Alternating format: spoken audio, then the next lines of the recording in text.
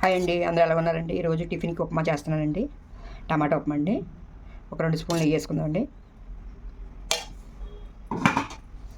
అది వేడెక్కేలోగా ఒక 3 స్పూన్లు ఆయిల్ వేసుకుందామండి. మనం ఆయిల్ తిన్నదాన్ని పెట్టలేండి.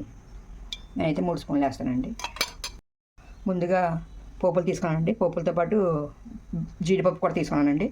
ఒక 10 పలుకులు తీసుకున్నానండి. ఇదంతా పావు కేజీ ఉప్మా రవ్వకండి నేను చేస్తున్నది. లోపల ఒక టమాటా, ఒక 2 పచ్చిమిర్చి, ఒక ఉల్లిపాయ, కొంచెం కరివేపాకు తీసుకున్నానండి. అవి వేగేటప్పుడు వేసుకుందామండి. ఇది కొంచెం బాగా మగ్గాలండి. వేగిపోయిందండి. ఇలా ఉన్నప్పుడు మనం ఏ గ్లాస్తో అయితే తీసుకున్నామో కొలత ఆ గ్లాస్తో వాటర్ వేసుకోవాలండి. నేనైతే ఈ గ్లాస్తో తీసుకున్నానండి. పావు కేజీ అండి. ఇది కరెక్ట్గా వస్తుందండి. పావు కేజీకి నేను 2 గ్లాసులు నీళ్ళు వేసుకుంటానండి. కొంతమంది 2 గ్లాసులు కరెక్ట్గా వేసుకుంటారండి. కొంచెం పులుపులు ఆడుతుంది.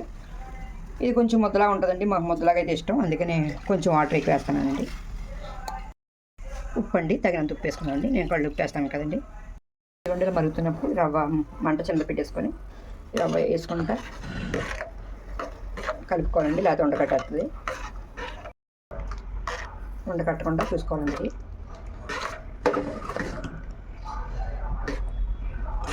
ఒకసారి మూత పెట్టేసుకుందామండి. ఉండకట్టదండి, మూత పెట్టేసుకుంటే మగ్గిపోద్దండి బాగా.